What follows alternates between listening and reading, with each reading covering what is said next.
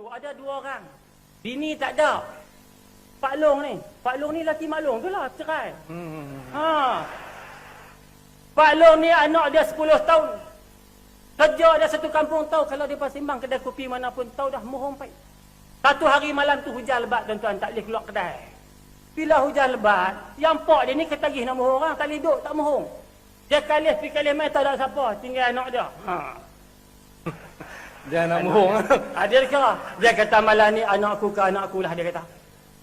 Dia kata, cik dia kata kemarin dulu ayah pergi mengai ikan.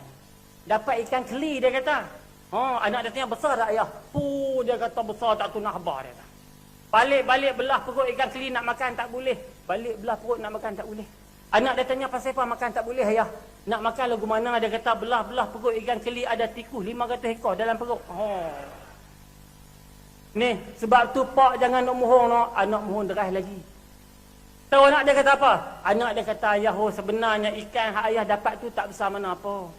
Cik kemarin mengai ikan di belakang rumah di Bendan juga. Sama macam ayah dia kata dapat ikan keli juga. Balik semacam dia kata belah perut nak makan tak boleh. Ayah dia tanya pasal apa nak makan tak boleh? Ada tikus juga ke? Bukan takat tikus, dia kata dengan mesin padi marilok semua dalam tu. Dengan abasta dalam tu. Dia ada tasik kita. Orang yang tak mohon tak hidup ni ada. Ni spesies ni lah, spesies Rafizi, spesies geng-geng ni semua kerja mohon ya. Cuma depa ni bagus sikit, depa kerti bertobat.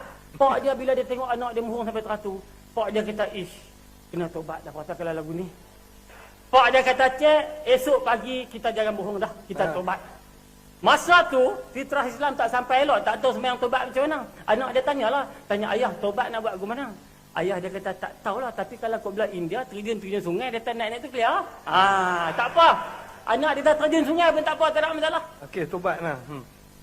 Pagi esok sungai ada belakang rumah. Pak dia kata ayah terjun dulu.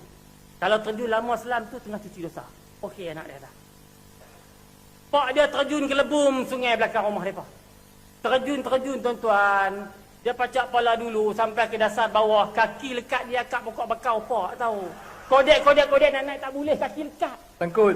Kelepiak lah. Dan juga terlepas. Kayuh naik atas menyawa menjauh tak mampu. Nenek tu tuan-tuan merangkak. Anak dia kata apa? Anak dia tu dia ya, dosa banyak lama dia lah. Padahal pak tinggal siku nyawa. Okay. Tapi tuan-tuan, pak dia kata apa? Takkan nak mengaku dosa banyak? Pak dia kata tak cik, bukan pasal dosa banyak. Rupanya dalam sungai dia tak ada kedai kopi. Ayah minum kopi dulu.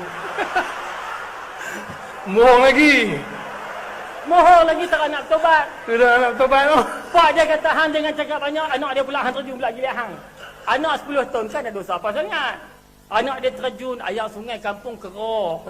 Terjun, kepala belakang tongkoi kayu. Darah meramu terkeluar kulit kepala. Dia naik terus lah pedih kena ayam. Pak dia tengok darah meramu. Pak dia tanya, cik awak ni kena nak tanpa? Anak dia kata kena nak tanpa. Cik turun, tokek kedai tanya, minum tadi pahang kah? Pak dia tak bayar. Pak dia minum tak bayar. Tokek kata.